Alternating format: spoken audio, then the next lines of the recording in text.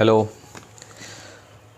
देखो अबू, हमको ये बहुत ही अच्छा लगता है कि जब तुम लोगों का क्वेश्चन हिस्ट्री में पूछा जाता है, क्योंकि हिस्ट्री में बहुत ही कम सवाल रहता है पूछा हुआ, लेकिन जब इतिहास से प्रश्न हमको मिलता है कि सर इतिहास थोड़ा सा समझा दीजिए तो अच्छा लगता है। वैसे क्लास में हम बाकी सारे टॉपिक्स तो क्लियर कर ही दिए हैं, ये भी कर दिए थे। ये कुछ बच्चों का सवाल है, शायद उनको ये टॉपिक समझ में ना आया हो या ऐसा कि वो इस पर दोबारा से एक छोटा सा डिस्कशन चाहते हैं, तो हम वही वीडियो लेकर के आए हैं। हम सोच रहे हैं कि ये शायद समझ में आ जाए। अगर समझ में नहीं आया है तो शायद इसके कुछ ऑब्जेक्टिव्स हैं, कुछ बेसिक पॉइंट्स हैं, वो आपको मिल जाएंगे। और ये ज़रूरी नहीं है कि ये सिर्फ क्लास 10 तक ही हो। ये टॉपिक इतना इम्पॉर्टेंट टॉपिक है। भारतीय राष्ट्रीय कांग्रेस के किस अधिवेशन में पूर्ण स्वराज की मांग की गई है? पूर्ण स्वराज वर्ड तो आप यही लिख करके दिए हैं, जैसा आपका प्रश्न है, पूर्ण स्वराज है ना की मांग रखी गई है। तो इसका तो ऑब्जेक्टिव जवाब है, जैसे लिख रहे हैं लाहौर अधिवेशन, लाहौर अधिवेशन, तो वो तो कर दिया जाता है। लेकिन फिर कैसे रहेगा उस पर थोड़ा सा कहानी है छोटा मोटा, तो उसको हम लोग देखते हैं, क्योंकि कहानियाँ थोड़ा सा ध्यान रहती हैं, याद रहती हैं। देखो, कांग्रेस का जहाँ तक हिस्ट्री है वो 1885 से शुरू हुआ, वो तुम भी अच्छे से जानते होगे। कांग्रेस का इतिहास वो भी हम लोग देखेंगे। अगर किसी का सवाल रहेगा तो हम लोग अभी बात कर लेंगे। अगर किसी का सवाल रहा तो बात करेंगे, अदरवाइज़ नहीं करने वाले हैं। 1885, और इसमें एक अंग्रेज़ के पदाधिकारी थे, उनका नाम था A.O. ह्यूम, है ना। उनका योगदान रहा इसके इस्टेब्लिशमेंट में, इसके स्थापना में, तो उनका नाम आता है। अगर रहा क्वेश्चन तो देखेंगे बाद में, अभी इतना घबराना नहीं है। कांग्रेस का जो वर्ग है, एक युवा वर्ग, क्रांति में इसका बहुत बड़ा योगदान रहता है। हमेशा हर एक क्रांति में युवा वर्ग बहुत ही ज़्यादा मतलब अपना वजूद दिखलाता है, युवा वर्ग, किसी भी क्रांति वगैरह में। क्योंकि अगर देखा जाए तो देश के नेतृत्व का बागडोर तो इन्हीं के हाथ में होता है। तो कांग्रेस में वामपंथ विचारधारा, इस विचार के मानने वाले दो लोग जिनका नाम आता है, एक तो आते हैं पंडित जवाहर लाल नेहरू, और एक नाम आता है सुभाष चंद्र बोस। कांग्रेस के ही हैं ये लोग, उस समय के काल में कांग्रेस में थे ये लोग। इन लोगों को ऐसा कांग्रेस के विचार को लेकर के इनका एक मोनोपोली समझिए कि एक प्रकार का सेट हो गया था इनके दिमाग में, कि अब इनको एक ही बात, चाहे बहुत तरह के राजनीतिक पार्टी होती है ना, बहुत तरह की बातें करती हैं, इनके जहन में इस विचारधारा के वामपंथ वाले लोग, इनका एक अपना एक विचार सेट हो गया था। और वो विचार क्या था? पूर्ण स्वराज। कुछ नहीं चाहिए, पूर्ण स्वराज चाहिए, कुछ नहीं चाहिए, पूर्ण स्वराज चाहिए। बस एक ही बात इनके जहन में रहता था, सिर्फ पूर्ण स्वराज का। और इस वजह से ये लोग, जाहिर सी बात है, उस पार्टी में ये लोग थोड़े से अलग थलग रहते होंगे, क्योंकि इनका विचार जो है वो पार्टी के बाकी लोगों से बिल्कुल अलग रहता होगा। और ये युवा वर्ग है, इसीलिए तो हम आपको लिखा है यहाँ पे, देखिए ये युवा वर्ग है, वामपंथ विचार रख रहे थे। कांग्रेस में होकर के भी कांग्रेस के पार्टी का और भी बहुत सारा विचार रहा हो, लेकिन उस विचार में अपना इनका एक अलग विचार चल रहा था, और उसमें वो अपना बात रखते थे, और वो बात था पूर्ण स्वराज का। देखिए घटनाक्रम कैसे बदलता है, कैसे अब बातें आगे बढ़ती हैं। बात है 1929 का, 1929 का। इरविन वाइसराय थे उस समय, हम इसको लिख सकते हैं यहाँ पे, तात्कालिक वाइसराय। वो ये देख रहे थे कि कांग्रेस पार्टी में बहुत ही ज़्यादा अशांत राजनीति जो है ना, वो शांत तरीके से, जिस उद्देश्य से कांग्रेस का निर्माण हुआ था, अगर आप हिस्ट्री पढ़े होंगे तो आप देखोगे कि कांग्रेस का जो पार्टी वो बनाए थे A.O. ह्यूम, वो पार्टी वो सिर्फ और सिर्फ इस मकसद से बनाए थे कि भारतीय राजनीति में ये जो क्रांतिकारी गतिविधियां हो रही हैं, कहीं ना कहीं इस क्रांतिकारी गतिविधियों को थोड़ा सा अंकुश लगाया जा सके, और एक व्यवस्थित ढंग से अंग्रेज़ों को ये पता चल सके कि क्या प्रॉब्लम है छोटा मोटा, कि जैसे क्या हो रहा था कि अगर कोई राजनीतिक पार्टी नहीं थी तो ये डायरेक्टली आंदोलन वगैरह के लिए उतर जाया करते थे। तो A.O. ह्यूम को लगा कि कहीं ना कहीं हम एक ऐसा पार्टी बना करके इनको दे दें कि ये आकर के सिंपल तरीके से अपनी बात को मेरे सामने रखे, और ये पढ़े लिखे लोगों का समूह हो। ये भी तो बात था, लेकिन ऐसा हुआ नहीं। हम भारतीय लोग इस बात को अपना एक प्रतिरोधक के रूप में लिए। हम लोग को लगा कि अच्छा है, कांग्रेस बन जाए, एक पार्टी बन जाएगी तो बेहतर होगा, क्योंकि सामने वाले के लिए कुछ और होगा, हम इस पर अपना एकजुट कर लेंगे यहाँ पर। ताकि अब क्या हुआ, कांग्रेस के बनने के बाद जितने भी क्रांतिकारी लोग थे, अब उनको एक क्या बोलते हैं, गोल मिल गया था कि हम लोगों को जाकर के उस पार्टी को ज्वाइन करना है, क्योंकि वही पार्टी हमको स्वतंत्रता दिला रही है। उस समय की बात है। लेकिन देखिए कैसे कालखंड में चीज़ें आगे बढ़ती हैं। ये बात है 1929 का, है ना। 1929 इरविन उस समय के तात्कालिक वायसराय थे। उन्होंने एक निर्णय लिया। क्या निर्णय लिया? इरविन ने एक निर्णय लिया। निर्णय क्या था कि भारत को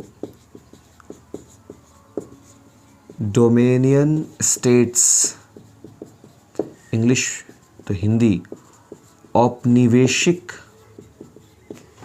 स्वराज देंगे। देखिए, इरविन जो उस समय के वायसराय थे, उस समय का मतलब है के वायसराय थे, उन्होंने ये निर्णय लिया कि भारत को हम डोमिनियन स्टेट्स का दर्जा दे देंगे, यानी वहाँ उसको हम औपनिवेशिक स्वराज दे देंगे। तुम अपने हिसाब से अपना देख लो भाई। लेकिन, वर्ड है लेकिन, कब देंगे? दे देंगे, लेकिन कब? उसके आगे प्रश्नवाचक चिन्ह लग गया। अब जो इनका युवा वर्ग है कांग्रेस का, वो बोला होगा कि ये काम तो तुम जब से हमको गुलाम बनाए हो तब से तुम चला रहे हो भाई, ये कर देंगे, वो कर देंगे, ये कर देंगे, वो हो नहीं रहा है। तुम हमको एक निर्धारित समय दो, हमको बताओ कि ऐसा तुम कब दोगे। इसी बीच दिसंबर 1929 में कांग्रेस का एक अधिवेशन होना था। एक अधिवेशन होना था। किसका? कांग्रेस का। कहाँ होना था? लाहौर में। ठीक है। और इसी अधिवेशन में अध्यक्षता, इस अधिवेशन में जो नेहरू के नेतृत्व में, पंडित नेहरू के नेतृत्व में इस बात पर बल दिया गया कि हम लोग जो हैं, कांग्रेस के बहुत सारे लक्ष्य रहे हों, लेकिन हम लोग पूर्ण स्वराज पर ज़्यादा बल देंगे। हम लोग बस एक ही बात रखेंगे, और वो बात क्या रहेगी? पूर्ण स्वराज। कहानी पूरा देखो कैसा हुआ। जिस पार्टी का जिक्र हुआ, हम उसका लिखा 1885। कांग्रेस के जो वामपंथ विचार वाले थे, और उन विचार में कौन कौन से आ गए? दो लोगों का हम नाम मेंशन किया, जवाहरलाल नेहरू और सुभाष चंद्र बोस। इनका विचार, इनका बात कांग्रेस पार्टी में रह करके भी सिर्फ और सिर्फ एक ही डायरेक्शन में था, और वो था पूर्ण स्वराज। केवल इनको चाहिए था पूर्ण स्वराज। इसके बाद 1929, उसी काल में 1929 का जिक्र आता है, जब इरविन जो उस समय के वायसराय थे, उन्होंने ये निर्णय लिया कि भारत को डोमिनियन स्टेट्स यानी औपनिवेशिक स्वराज दे देंगे। समझ में आई बात? इसके बाद अच्छा, एक और बात हम इसमें शामिल कर सकते हैं कि भारत को डोमिनियन स्टेट्स, औपनिवेशिक स्वराज तो दे देंगे, लेकिन ये घोषणा उन्होंने कब किया था? अगर ये प्रश्न आ जाए तो यह घोषणा 31 अक्टूबर 1929 को। और साथ ही वो एक और बात कहें। क्या कहे थे? उनके द्वारा कहा गया एक बात और था कि अगर किसी भी प्रकार का संवैधानिक पहलू अगर रहा हो, तो उसके बातचीत के लिए हम एक गोलमेज सम्मेलन भी बुलाएंगे। बुलाए नहीं, बुलाएंगे। कब बुलाएंगे? क्वेश्चन मार्क फिर हम लगा दिया। कब देंगे? क्वेश्चन मार्क लगा दिया। आप डेट्स, घोषणा का डेट्स मेंशन है कि हम घोषणा तो कर दिए हैं, इरविन साहब घोषणा कर दिए हैं, लेकिन कब? देखो, अब तुम ही सोचो कि घोषणाएं 5 साल के लिए, 10 साल के लिए, 20 साल के लिए, 100 साल के लिए, अगर आप जब आप 1929 पर पहुंचे हैं और गुलाम बने हुए हैं लगातार, तो जो युवा वर्ग, खास करके पढ़ा लिखा शिक्षित युवा वर्ग जब आता है तो वो प्रश्न करता है। और प्रश्न किया, बोला कब? आप नहीं देंगे। आपका ये आदत है ही कि आप सिर्फ और सिर्फ घोषणा करेंगे और आप देंगे नहीं। सही? तब क्या किया गया, इन्होंने खुद से ही पूर्ण स्वराज की मांग रख दी। अधिवेशन कहाँ हुआ, लाहौर में, दिसंबर 1929 में। अध्यक्ष किसकी अध्यक्षता में, पंडित जवाहरलाल नेहरू की अध्यक्षता में, सही। और ये निर्णय लिया गया इस अधिवेशन में पूर्ण स्वराज का निर्णय लिया गया। और इसके साथ ही 26 जनवरी 1930 को स्वतंत्रता दिवस मनाने की बात कही गई। देखो कितना कुछ प्लान हो गया ना, कितना कुछ हो गया। क्या क्या, दिसंबर 1929 को अधिवेशन हुआ कहाँ, लाहौर में। कांग्रेस का अधिवेशन कहाँ हुआ, लाहौर में हुआ। इसी अधिवेशन में पूर्ण स्वराज का निर्णय लिया गया। प्रश्न मेरा क्या है, भारतीय राष्ट्रीय कांग्रेस के किस अधिवेशन में पूर्ण स्वराज की मांग रखी गई, लाहौर अधिवेशन में। लेकिन इसकी पृष्ठभूमि भी तो देखनी होगी कि यह अधिवेशन हुआ तो क्यों हुआ। इस वजह से हुआ, इनके इस निर्णय की वजह से कि ये जो हैं ये अपना निर्णय टाल मटोल करते रहेंगे और हम भारतीयों को कभी भी पूर्ण स्वराज नहीं देंगे। हमको पूर्ण स्वराज चाहिए था, पूर्ण स्वराज हमको चाहिए था। और पूर्ण स्वराज के लिए एक मीटिंग होना ज़रूरी था। अब मीटिंग में सबसे ज़रूरी होता है पार्टी के सारे मेंबर्स को कि अपना लक्ष्य निर्धारित कीजिए, अपना लक्ष्य स्पष्ट कीजिए। देखिए लक्ष्य क्या निकला, लक्ष्य ये निकला कि बातें चाहे जो भी हो, पार्टी का कोई भी गोल हो, सबसे परम सबसे इम्पॉर्टेंट है क्या, पूर्ण स्वराज। और वो पूर्ण स्वराज का निर्णय कब लिया गया, दिसंबर 1929। प्रश्न आता है इरविन ने घोषणा कब किया, इरविन ने अपना घोषणा कब किया था, 31 अक्टूबर 1929 को। पल्ले पड़ा बात यहाँ तक। अच्छा, 26 जनवरी 1930 को स्वतंत्रता दिवस मनाने की घोषणा कर दी गई। और इसका एक झलक भी दिखा था, कब, ये बात है 31 दिसंबर 1929 को रावी नदी के तट पर झंडा फहराया गया। किसके द्वारा, नेहरू। समझ लो मतलब कितना ठोस निर्णय था कि अब हम लोगों को 26 जनवरी 1930 को स्वतंत्रता दिवस मनाना है, ठीक।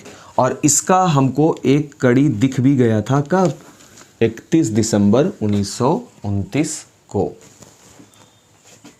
यही है मेरा प्रश्न का उत्तर। देखिए आप ये नहीं भूल सकते कि आखिर आपको ये बिल्कुल भी नहीं भूलना है, एक बहुत इंपॉर्टेंट बात है। तो क्या हो सकता है कि आपके मन में हो कि सर ये जो निर्णय लिया गया 26 जनवरी 1930 का, तो क्या इस दिन स्वतंत्रता दिवस मनाए थे वो लोग। हाँ, 26 जनवरी 1930 वो स्वतंत्रता दिवस मनाया गया था। और बहुत ही शानदार तरीके से, जैसे आज हम लोग 15 अगस्त 1947 के बाद से जैसे हम लोग 15 अगस्त मनाते आ रहे हैं हर बार 15 अगस्त को स्वतंत्रता दिवस, उसी प्रकार से वो लोग भी उस दिन मनाए थे। मतलब उनके हिसाब से अब हम लोग मनाते हैं ना, मेरे हिसाब से वो नहीं मनाते। तो बिल्कुल वो किए थे, सुबह में वैसे ही प्रभात फेरियाँ निकाली गई थी, वैसे ही झंडे फहराए गए थे, राष्ट्रगीत वगैरह सब कुछ वैसे ही हुआ था। दिन का काम वो लोग चरखा चलाने में, सूत काटने में और लोगों की सेवा करने में, अछूतों से मिलना, जिनसे मिलना शायद कहीं ना कहीं बहुत ही ख़राब माना जाता था, उनसे मिलना, इन सब चीज़ों में हिंदू मुस्लिम एकता को बढ़ावा देना, लोगों को एक सही भविष्य दिख रहा था कि अब भविष्य ऐसा है कि अब अंग्रेज़ों को जाना होगा। ये वक्त आ चुका है जब सही में स्वतंत्रता हमारे पास होगी, हम स्वतंत्र होंगे। लोगों के आंखों में ना एक चमक होगा उस समय, क्या ये नया चीज़ हुआ होगा, स्वतंत्रता पहली बार मनाया गया होगा। सोचो ना, तो बॉडी में सेंसेशन सा लगता है कि मतलब जागे होंगे सब लोग एक तरह से। सारे के सारे लोगों की जो आंखें हैं ना वो किसकी ओर मुड़ गई होंगी, बस दो लोग, एक कांग्रेस के अध्यक्ष रहे उस समय के, कहाँ गया भाई, नाम नहीं लिखे इनका, नेहरू जी, पंडित जवाहरलाल नेहरू। और दूसरा थिंक टैंक जो सोच रहे हैं वो कौन है, गांधी जी।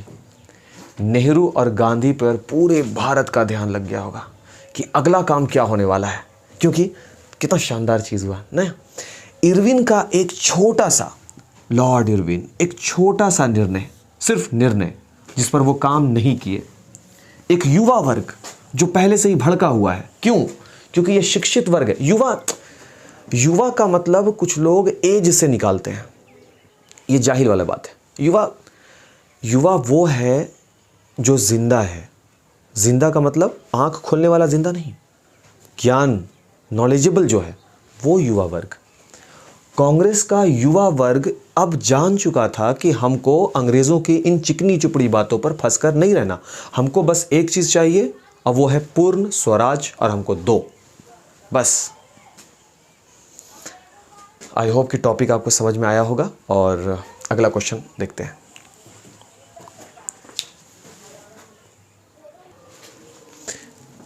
चलिए, उम्मीद करते हैं कि पिछला वाला टॉपिक आपको ठीक ठाक समझ में आया होगा। दूसरा टॉपिक जो हमसे पूछा गया है वो है, कहाँ गया भाई मेरा पेजेस, हाँ वो है भारतीय राष्ट्रीय, हाँ ठीक है, भारतीय राष्ट्रीय कांग्रेस का परिचय दें, वही इसकी व्याख्या हो जाएगी।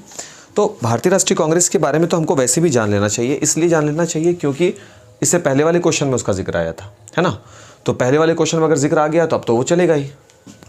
ठीक, देखो वैसे तो कड़ियाँ बहुत सारी हैं, है ना। पूरा पिछला पृष्ठभूमि देखिएगा तो जब तक आप किताब ढंग से नहीं पढ़ेगा उसके लिए आपको क्लास में होना चाहिए था। अगर आप क्लास स्किप कर गए थे तो फिर तो उसमें हम कुछ नहीं कर सकते, क्योंकि यहाँ हम सिर्फ आपको वो पढ़ाएंगे जो प्रश्न है। जबकि आप अगर ऑफलाइन क्लास में थे तो आप ये बात जाने होंगे कि किस तरीके से आपको एक फ्लो, एक डायग्राम तरीके से बताया गया था कि शुरुआत कहाँ से होते हुए यहाँ तक आई है ना। तो अगर आप ये चीज़ नहीं देखे हैं ढंग से, क्लास नहीं देखे, वीडियो मिस कर गए हैं, या फिर आप क्लास ही मिस कर गए थे, तो बाबू थोड़ा तो दिक्कत होगा ना। फिर भी हम पूरा कोशिश करेंगे। देखो 1885 ये 57 के बाद का है, इस बात का ध्यान रखिएगा। और 57 के बाद, 57 को हम क्यों रेफरेंस में लिए हैं, हमको नहीं लगता कि 57 भारत में हम लोगों को 1857 का इंट्रोडक्शन देने की ज़रूरत भी है। हाँ, हम इसको आंदोलन नहीं बोलते, अपना स्वतंत्रता आंदोलन 1857 के को नहीं बोलते, लेकिन हाँ विद्रोह के नाम से जाना जाता है। क्लास 8 का हिस्ट्री जब आप पढ़ेंगे तो आप ये जानेंगे कि 1857 के विद्रोह का साक्ष्य, प्रूफ 8 के हिस्ट्री में, क्लास 8 के हिस्ट्री में, हाँ बुक में वहाँ मेंशन है। ये बात रेफरेंस देना ज़रूरी होता है, वरना अपने मन से आप विचार कैसे रख सकते हैं कि अनाप शनाप कुछ भी बक दिया। क्लास 8 की हिस्ट्री में ये बात साफ लिखा हुआ है वहाँ पर कि 1857 का विद्रोह वर्ड, ठीक है, वो हम भारतीय नहीं बोल रहे हैं, ये विद्रोह वर्ड उनकी किताबों में मेंशन है, उन्हीं के नज़रिए को पेश किया गया है, जिसको हम लोग हिंदी में कन्वर्ट करके पढ़ाई कर रहे हैं कि 1857 में ऐसा कुछ हुआ था। इसके पीछे भी साक्ष्य कारण है। कारण यह है कि हमारे पास इसका कोई वैलिड प्रूफ नहीं है। प्रूफ का मतलब ये कि क्या क्या चीज़ें हुई थी, सही। तो किताब उनके हिसाब से है और उनके अकॉर्डिंग जो जो घटनाक्रम हुआ था वो दिखाया गया है, और बहुत अच्छे तरीके से। देखिए हमको चैप्टर ध्यान नहीं आ रहा है, ठीक है ना, लेकिन उसमें बहुत अच्छे तरीके से ज़रूरी बात बताया गया था कि अंग्रेज़ों के नज़रिए से उनको ऐसा लग रहा था कि भारतीय बहुत ज़्यादा उग्र हो गए, और उग्र होने के बाद वो बहुत अभद्रता पे चले आए, मारपीट मतलब बहुत जंगली जैसा व्यवहार करने लगे, और इसलिए इसके बदले में हम लोग भी उन पर मैंने उद्दंडता, उन पर अटैक वटैक करने लग गए। वो तो उनका नज़रिया है, और कोई भी चीज़ सच तब तक नहीं होगा जब तक कि दोनों तरफ की बातें सही तरीके से प्रॉपर वे में ना सुनी जाए।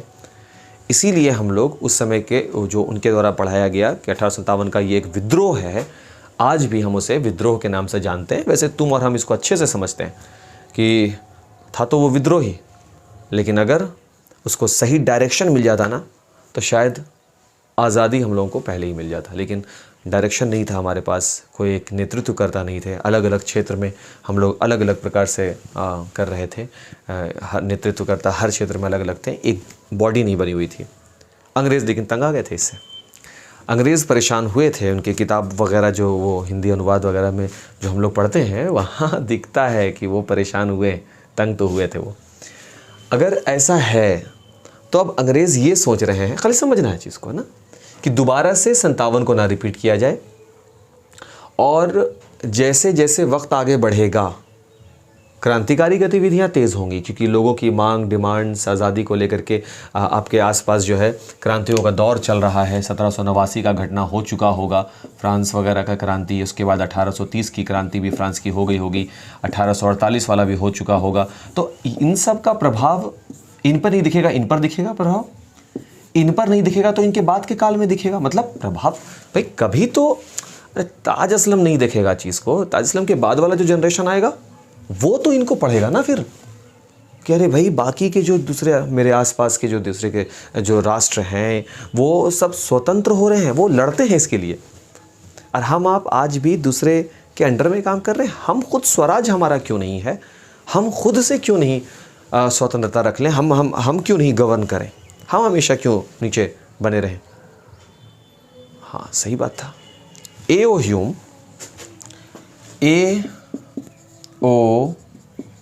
ह्यूम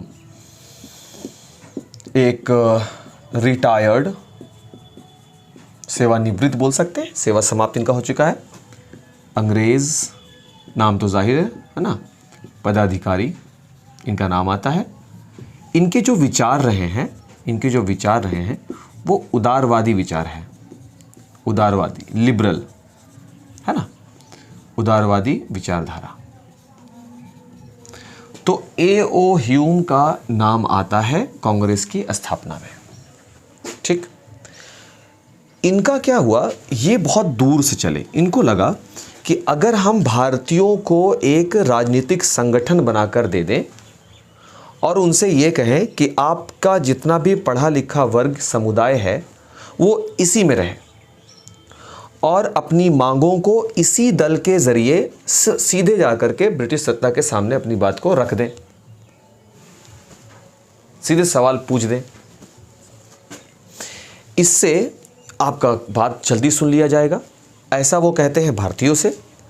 और उनसे क्या कहे होंगे, उनसे कहे होंगे कि देखो ऐसा हमको लग रहा है, हम अपना बात बता रहे हैं, उनसे वो कहे होंगे कि देखो इससे क्या होगा, कम से कम भारतीय उग्र नहीं होंगे। उनको लगेगा कि हाँ देखो भाई हमारी बातों को तो सुना जा रहा है, हमको एक राजनीतिक पार्टी दे दिया गया है, कोई दिक्कत वाली बात नहीं थी। और हिस्ट्री में इतना सा नमक तो हम लगा ही सकते हैं, थोड़ा सा अधिकार तो है, बस तारीख से छेड़छाड़ ना हो तो ज़्यादा अच्छा है। चल आगे बढ़ते हैं। तो ए.ओ. ह्यूम एक रिटायर्ड अंग्रेज पदाधिकारी थे। उनका विचार था उदारवादी, लिबरल उन विचारधारा वालों को कहते हैं जो दाएं भी सोचे, एलएचएस भी सोचे, आरएचएस भी, और एलएचएस बराबर आरएचएस कर दे, वो उदारवादी विचारधारा है। ठीक, इस वजह से वो सोचे, वो मीन्स ए.ओ. ह्यूम सोचे कि ठीक है हम एक पार्टी बनाते हैं, और उस पार्टी के बारे में वो ये सोच ले कि हमको चलो क्या करना होगा कि सबसे पहले तो वो उस समय कोलकाता यूनिवर्सिटी, वहाँ पढ़ने वाले जितने भी स्नातक ऑनर्स किए हुए लोग थे उन लोगों को थोड़ा सा इम्प्रेस करने का ये कोशिश किए कि चलिए भाई देखिए हम क्या कर रहे हैं, आप लोग आएँ। कुछ अंग्रेज़ पदाधिकारियों से भी ये मशवरा किए। भारतीय लोग इनके इस विचार का जमकर सपोर्ट किया, जम करके सपोर्ट किया। अरे क्या महाराज, एकदम मतलब शानदार काम किए हुए हैं आप, एकदम देखो पार्टी बना रहे हैं तो एकदम मतलब बने ही हम लोग आपके साथ हैं, एकदम साथ क्या मतलब एकदम है, कदम से कदम मिला हुआ, कंधा से कंधा, गला से गला भी, बाद में गला ही तो दबाना था। चलो इनको लगा, इनको पूरा जोश आ गया कि हाँ भाई बड़ा शानदार चीज़ है, हम तो बना ही देंगे एक पार्टी को। तो होता क्या है कि 18 ये हमें आपको बता दें कि उन्होंने ये ए.ओ. ह्यूम ने कोलकाता यूनिवर्सिटी के स्नातक यानी ग्रेजुएशन किए हुए उन लोगों को बुलाया, और ये बात था 1883 का, ठीक है ना, 1883 का। इसके बाद उन्होंने बोला कि हम एक पार्टी बनाने जा रहे हैं, उस पार्टी का नाम है इंडियन नेशनल यूनियन। पार्टी का नाम है इंडियन नेशनल यूनियन, और इस पार्टी का जो हम अधिवेशन करने वाले हैं वो होगा 25 से 28 दिसंबर 1885 को। पूरा प्लान सेट हो गया कि पार्टी का क्या नाम रहेगा, इंडियन नेशनल यूनियन, और इसका अधिवेशन कब होना है, 25 से 28 दिसंबर 1885। पढ़े लिखे वर्ग, देख लो, भारतीयों के पढ़े लिखे वर्गों को ये आमंत्रित किए थे कि आइए मशवरा करते हैं, थोड़ा सा हम ऐसा कुछ कर रहे हैं। और ये पढ़ा लिखा वर्ग है जो बहुत दूर से चला है, बहुत दूर से। ये क्या सोचा कि अगर एक बार राजनीतिक पार्टी बन जाता है तो हम लोगों को, हम भारतीयों को जो ज़ीरो डायरेक्शन में घूम रहे हैं, पता ही नहीं चल रहा किधर जाना है, अब हर क्षेत्र के लोगों का चेहरा एक ही ओर होगा। किस ओर? INC, Indian national Congress. अभी इंडियन नेशनल नहीं है, इंडियन नेशनल यूनियन है। इस ओर होगा उसका चेहरा। क्यों? सीधे जाकर उसके पास मिल जाना है कि हम भी भारत की आज़ादी में अपना योगदान देना चाहते हैं, चाहे वो 0.001% ही क्यों ना हो, लेकिन हमको देना है। अवसर ऐसे ही आता है, बार बार नहीं है। ये बंदा बार बार पूछने नहीं आएगा, लेकिन देखिए पूछने गया किससे? बुद्धिजीवी वर्ग। ये बुद्धिजीवी वर्ग ही है जो डिसीजन लिया कि हाँ ठीक, तो यही तो मौका है, इसी मौका को हम भुनाएंगे। दूसरा होता बताया अंग्रेज़ों का दिया हुआ कोई चीज़ हमको नहीं चाहिए, जाहिल होगा वो जाहिल वर्ग है। ये उसका फ़ायदा उठाता है। ये पढ़ा लिखा वर्ग है, इसको पता है कि अपना लक्ष्य क्या है। ये पढ़ाई का कोई मोल नहीं रहता, स्वतंत्रता ही नहीं दिला पाए। ये बोला नहीं नहीं नहीं, रुकिए रुकिए, हम है ना, आप सही कर रहे हैं जो कर रहे हैं, हम एकदम साथ हैं आपके, समझे? सही बात है। लेकिन हुआ क्या कि ये चले गए, और गए कहाँ ये? इसी बीच 25 से 28 दिसंबर को होना था, बट उससे पहले ही इनको किसी वजह से लंदन जाना पड़ा। किनको? कहाँ गए भाई आप? A.O. ह्यूम को। लेकिन रिटर्न कब हुए वहाँ से? उसकी तारीख है 5 दिसंबर 1885। ठीक है, 25 से 28 दिसंबर 1885 को आप घोषणा करने वाले हैं इंडियन नेशनल यूनियन का। उससे पहले आपको लंदन जाना हो गया। लंदन से जब आप रिटर्न होते हैं, उस तारीख को मेंशन किया गया है 5 दिसंबर 1885। जब वो वहाँ से रिटर्न हुए, तो रिटर्न होने के बाद उनको इंडियन नेशनल यूनियन नाम रखना था, लेकिन वो नाम क्या रख दिए? Indian national Congress. देखिए नाम, वो क्या करने वाले थे? वो करने वाले थे, नाम रखने वाले थे इंडियन नेशनल यूनियन। लेकिन जब वो लंदन गए और वहाँ से 5 दिसंबर 1885 को रिटर्न हुए, तो उन्होंने नाम क्या रख दिया? Indian national Congress. यानी हिंदी अगर बोलें इसका, तो इसका नाम क्या रख दिया गया? भारतीय राष्ट्रीय कांग्रेस। ये उसका नाम रख दिया गया। इसका नाम फिर भारतीय राष्ट्रीय कांग्रेस से भी इसका नाम बदल दिया गया। फिर इसका नाम पड़ गया अखिल भारतीय राष्ट्रीय कांग्रेस। देखिए, ये नाम रखना था, रिटर्न होने के बाद ये पड़ा, उसके बाद नाम क्या हो गया? अखिल भारतीय राष्ट्रीय कांग्रेस। क्लियर है बात यहाँ तक? एकदम क्लियर। फिर से एक बार रिकॉल कर दिया जाए तो 1857 के विद्रोह नहीं, 85 का ये घटनाक्रम चलेगा। 85 में एक रिटायर्ड अंग्रेज पदाधिकारी हैं, उनका नाम है A.O. ह्यूम। अंग्रेज पदाधिकारी रिटायर्ड हैं, इससे मतलब नहीं है, इनका विचार उदारवादी है, इससे मतलब है। उदारवादी विचारधारा वाले लोग दोनों तरफ का सोचेंगे, अंग्रेज़ों का भी, भारतीयों का भी। लेकिन फ़ायदा देख रहे थे वो कि दोनों तरफ से हो जाएगा चीज़ें, लेकिन ऐसा हुआ नहीं। अंग्रेज़ों को ये लगा कि ये पार्टी अगर बन जाता है, जैसा कि A.O. ह्यूम का विज़न है, उस हिसाब से अगर बन जाता है तो हमको फ़ायदा होगा। भारतीयों को लग रहा था कि अगर ये कांग्रेस पार्टी बन जाती है तो फ़ायदा कांग्रेस पार्टी का होगा, मतलब कि भारतीयों का होगा। इस वजह से उन्होंने, A.O. ह्यूम ने इंडियन नेशनल यूनियन की घोषणा की बात कही, और वो घोषणा 25 से 28 दिसंबर को अपने अधिवेशन में होने वाला था। लेकिन किसी वजह से A.O. ह्यूम को लंदन जाना पड़ा, और जब वो लंदन से लौटते हैं, वो कब लौटते हैं? 5 दिसंबर 1885 को। वहाँ से लौटते हैं, सीधे पार्टी का नाम बताते हैं इंडियन नेशनल कांग्रेस, यानी भारतीय राष्ट्रीय कांग्रेस, जिसका नाम बाद में बदलकर अखिल भारतीय राष्ट्रीय कांग्रेस कर दिया गया। यहाँ तक बात क्लियर है? अच्छा, एक बात का हम अभी यहाँ पे स्पष्ट कर देना चाहते हैं कि कांग्रेस कोई अंग्रेजी वर्ड नहीं है, ये उत्तरी अमेरिका से लिया गया है। उत्तरी अमेरिका के इतिहास से लिया गया वर्ड है, के इतिहास से लिया गया एक वर्ड है, जिसका अर्थ है जिसका अर्थ है लोगों का समूह संगठन, लोगों का समूह, लोगों का संगठन। तो ये बात हम आप क्लियर कर दें कि कई लोगों को ऐसा हो सकता है लग रहा हो कि कांग्रेस वर्ड लिखा हुआ है तो कांग्रेस अंग्रेज वर्ड है। ऐसा नहीं, अंग्रेजी वर्ड नहीं, इसका अपना एक अर्थ है, ठीक है ना। हम भारतीय हैं, हमको नहीं इंग्लिश का हिंदी चाहिए, बस यही बात होता है। कांग्रेस का अपने आप में अर्थ है, वो अर्थ है लोगों का समूह, लोगों का झुंड। ठीक है बात यहाँ तक। अब देखिए क्या हुआ, तो कांग्रेस का अधिवेशन होना था। तो ये जो होना था, देखिए आपको हम यहाँ पे नहीं लिखा, 25 से 28 दिसंबर 1885 है। ये होना कहाँ था? पूना में। पूना में उनका निर्णय था कि हम जो अधिवेशन करेंगे वो पूना में करेंगे। लेकिन ये अधिवेशन पूना में ना होकर के अधिवेशन हुआ 28 दिसंबर 1885 को मुंबई के गोकुलदास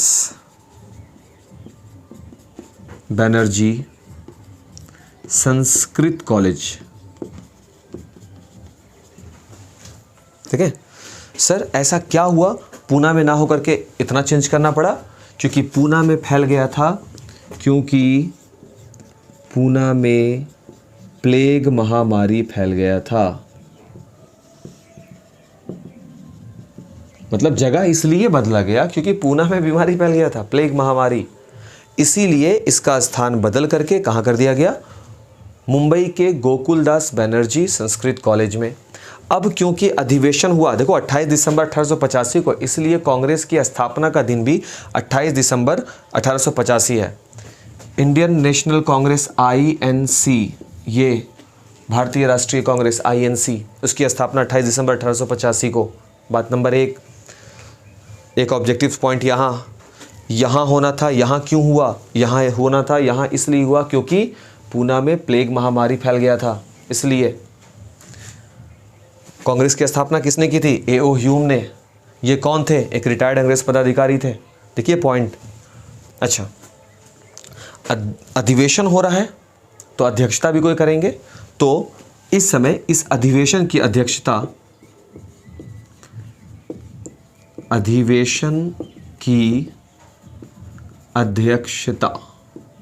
किसने किया था?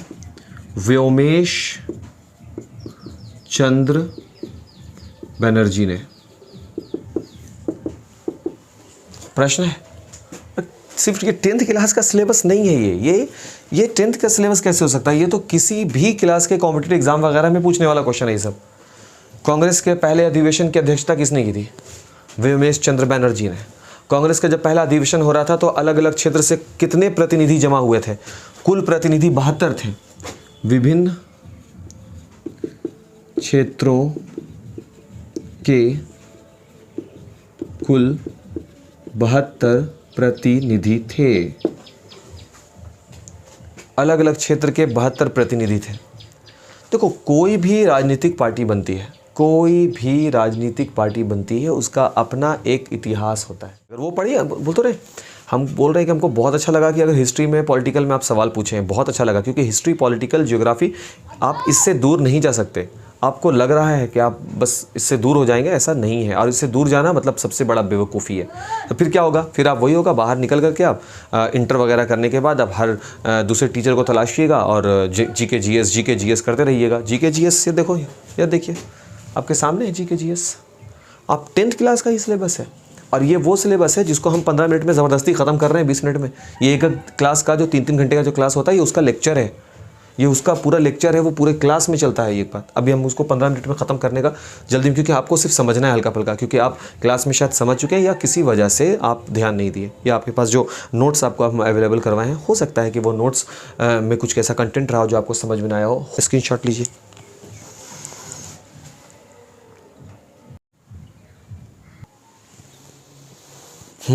चलिए एक और टॉपिक देखते हैं।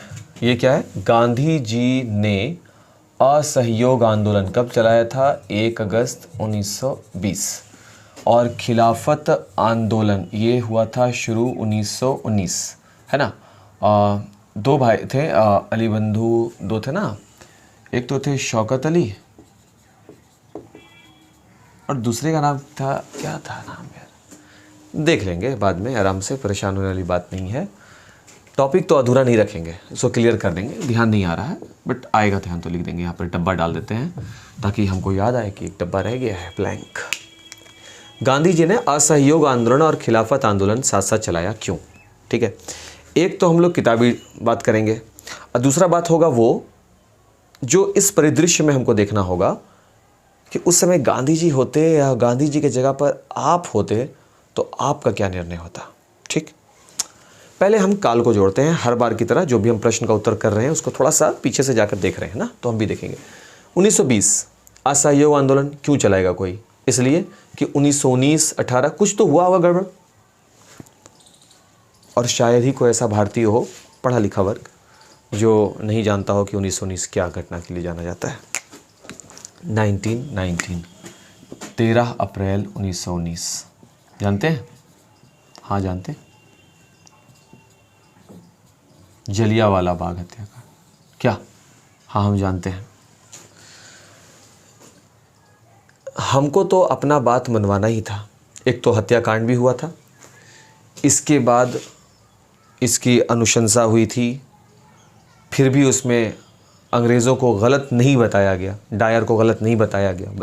इवन 10th क्लास के हिस्ट्री में यह बात भी मेंशन है कि जनरल डायर को और अप्रिशिएट ही किया गया था, और वो बहुत ही इस तरीके से बता रहा था जैसे कि वो बहुत ही ज़्यादा कोई सम्माननीय काम कर दिया हो। हम लोग तो क्षुब्ध थे ही, हम भारतीय बहुत नाराज़ थे हम लोग, हमको बस मौके की तलाश थी, और बोले ना ईश्वर मौका दिया, मिला है मौका। असहयोग आंदोलन हम चलाएंगे, लेकिन ये अचानक से प्लान नहीं बना। देखो ना, 19 का घटना है, फिर 20 है। इसका मतलब ये हुआ कि जलियांवाला बाग हत्याकांड के बाद हमको खिलाफत आंदोलन को समझना होगा, इसके बाद ही हम असहयोग आंदोलन को समझ पाएंगे और इस तथ्य का खंडन कर पाएंगे कि असहयोग और खिलाफत दोनों साथ साथ गांधी जी ने क्यों चलाया। ठीक, अगर हम खिलाफत आंदोलन की बात करें तो एक पद है मुसलमानों का, तो होता था, है नहीं, होता था तुर्की में, खलीफा का पद।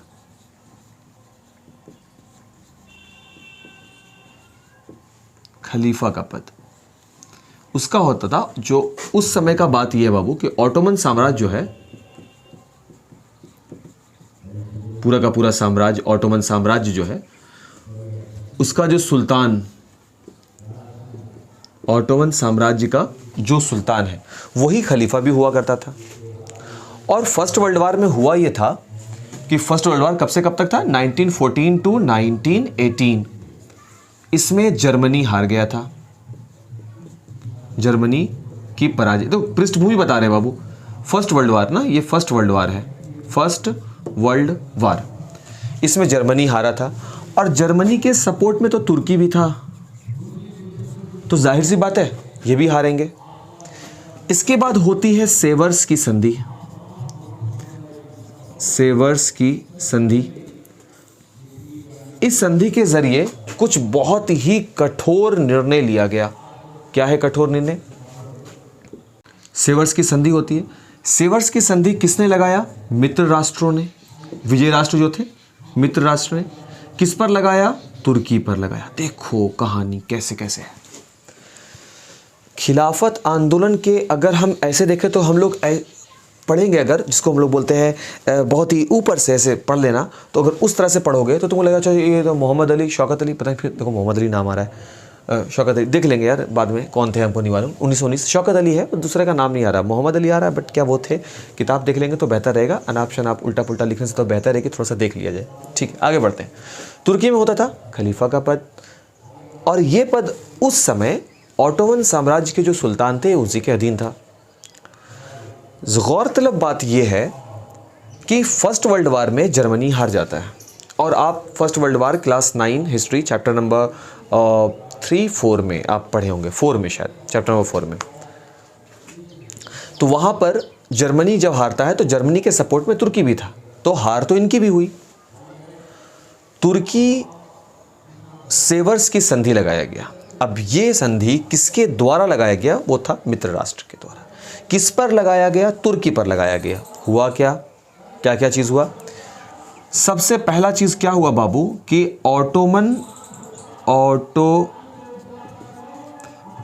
ऑटोमन साम्राज्य का पतन हो गया। ऑटोमन साम्राज्य का पतन का मतलब है इस साम्राज्य को क्या कर दिया गया? खंडित कर दिया गया। सेकंड पॉइंट हम लिखेंगे, मुसलमानों की पवित्र भूमि, मुसलमानों की पवित्र भूमि सऊदी अरब वो जिसमें इराक भी आ जाएंगे, सीरिया भी आ जाएंगे, ये किसके सुपुर्द कर दिया गया? मैंडेट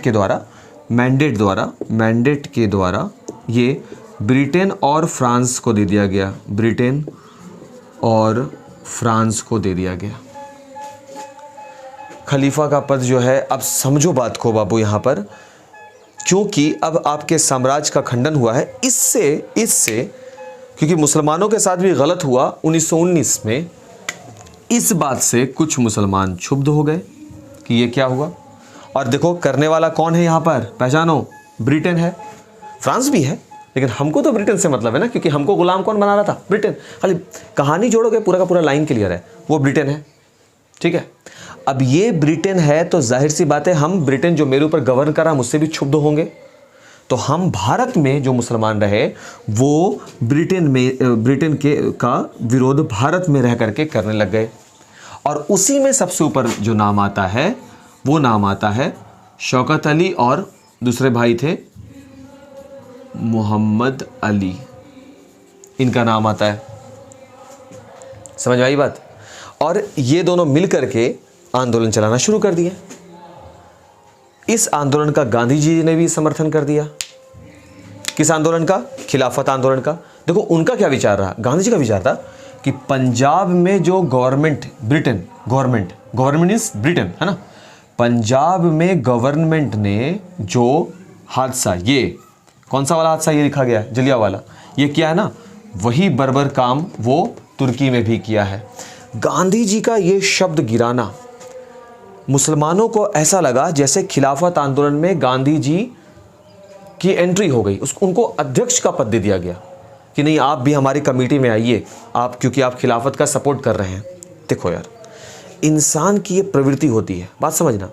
अब मुसलमान लोगों को ये लगने लगा कि गांधी उनके फेवर में बोल रहे हैं। ठीक है, गांधी की एंट्री हो गई और गांधी ये देख रहे थे कि अब तक हम जितना भी आंदोलन चलाए हैं सब आंदोलन में अगड़ी जाति आई, पिछड़ी नहीं है, मुसलमान नहीं आए, हिंदू आए। मुसलमान ये जो तबका जो बहुत पीछे है, इस तबका को भी अगर हम हमको मालूम है कि ये खिलाफत का आंदोलन कर रहा है ना, उनको मालूम है कि वो खिलाफत कर रहा है, इनको थोड़ी ना मालूम है। अगर हम सड़क पर इस प्रकार से निकल जाएं कि हम इसके विरोध में हो, जिसका नाम हम रखेंगे असहयोग, और ये लोगों को बोले कि सुनिए ना, ऐसा कीजिए, आप अपने आंदोलन को भी इस झंडे के तले लेकर के आइए और हम दोनों मिलकर के साथ साथ आगे बढ़ेंगे, तो सड़क पर भीड़ ज़्यादा दिखेगा और आंदोलन ज़्यादा ही प्रबल होगा, लेकिन हिंसात्मक नहीं। गांधी जी का ये विचार था। पल्ले पड़ रहा है बात। हम गांधी के एस्पेक्ट को बता रहे हैं कि अगर उस समय आप और हम में से कोई होता तो हम तो यही सोचते कि अगर हम खिलाफत आंदोलन को अपने आंदोलन के साथ मिक्स कर लेते हैं तो इससे भीड़ बढ़ेगा, मुसलमानों की भागीदारी बढ़ेगी। मुसलमान वो तबका था जो कभी भी आगे बढ़कर सामने आता नहीं था। सही है बात? तो बहुत बहुत ज़रूरी बात हो रही है यहाँ पर। और इस वजह से गांधी जी 1 अगस्त 1920 को इस आंदोलन को भी अपने असहयोग आंदोलन, और इसके कारण परिणाम को हम क्लास में लिखवा दिया है, ऑफलाइन पढ़ाया है, इसका नोट्स भी अवेलेबल करवा दिया है, दोनों को साथ लेकर के चले आए एक ही प्लेटफॉर्म पर। पहले बड़ा बात, अब जब दोनों आंदोलन साथ आ गया, एक ही प्लेटफॉर्म पर दोनों आ गया, तब यह आंदोलन और भी ज़्यादा भीड़ के साथ ना, तो भीड़ है तो आंदोलन और भी ज़्यादा प्रबल हो गया। पहले पड़ रहा बात जी। लेकिन आंदोलन, खिलाफत आंदोलन अपने आप समाप्त हुआ, इसको कोई समाप्त किया नहीं। मुस्तफ़ा कमाल पाशा का नाम आता है। बंदे का क्या नाम आया? मुस्तफ़ा कमाल पाशा। मुस्तफ़ा कमाल पाशा। और इस बंदे ने खलीफा का पद ही समाप्त कर दिया। और जब खलीफा का पद समाप्त हो गया तो खिलाफत आंदोलन का कोई औचित्य नहीं रह गया था, इसलिए सीधे आंदोलन ख़त्म हो गया। ठीक है, उम्मीद करते हैं कि इस तरह से अगर आप हिस्ट्री वगैरह पढ़ते हैं तो आपको कभी भी हिस्ट्री के लिए अलग से क्लासेस करने की आवश्यकता नहीं पड़ेगी। बाकी हम लोग फिर मिलते हैं कि थोड़ा सा बगल में नॉइज़ वगैरह ज़्यादा हो रहा है तो वीडियो बनाना मुनासिब नहीं है। ठीक है, थैंक यू।